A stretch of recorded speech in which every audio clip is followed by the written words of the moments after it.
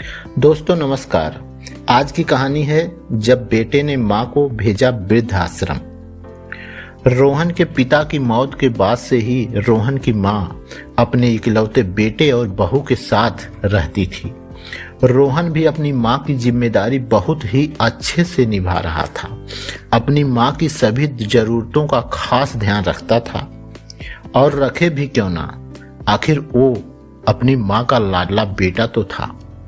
लेकिन रोहन की पत्नी आयशा को अपनी सासू मां का अपने घर रहना बिल्कुल पसंद नहीं था और इसलिए बात बात पर अपने सास से झगड़ा करती थी, जिससे वह यह घर छोड़कर हमेशा के लिए चली जाए।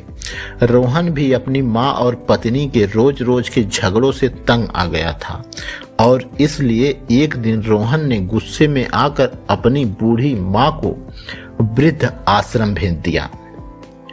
ये वही इकलौता बेटा था जिसके लिए इस मां ने जीवन भर संघर्ष किया। इस बेटे के लिए सब कुछ किया जो एक मां अपने बेटे के लिए कर सकती थी और आज अपने बेटे को किसी भी तरह की परेशानी ना हो, इसलिए मां वृद्ध आश्रम में रहने के लिए भी तैयार हो गई।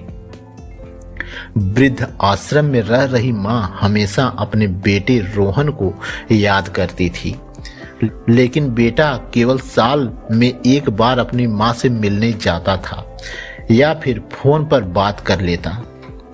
और ऐसे ही कई साल बीत गए और एक दिन अचानक रोहन को वृद्ध आश्रम से फोन आया।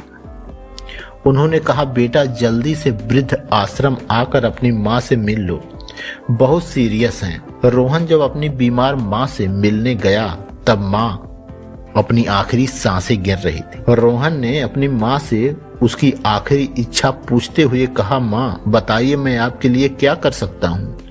मां ने कहा, बेटा इस वृद्ध आश्रम में गर्मी और मच्छर बहुत ज्यादा हैं, तो मेरे मरने के बाद तू यहाँ पर कुछ पंखे लगवा देना। बेटा फ्रिज ना होने की वजह से यहाँ पर हम बूढ़ों को तो कई बार भूखे पेट ही सोना पड़ता है, क्योंकि गर्मियों में हम खाना खराब होने से नहीं बचा पाते।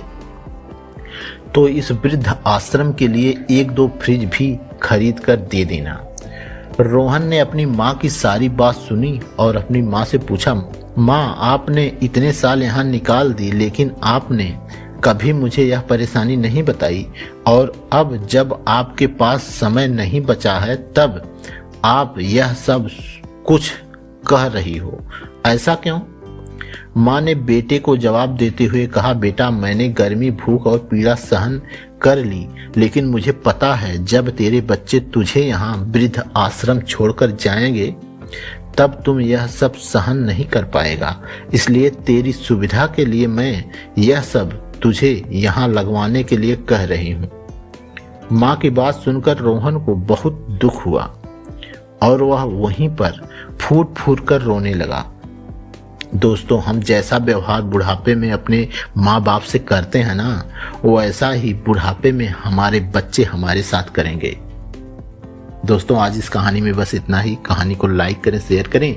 यदि आप चैनल पर नए हैं तो चैनल को सब्सक्राइब करें। नमस्कार।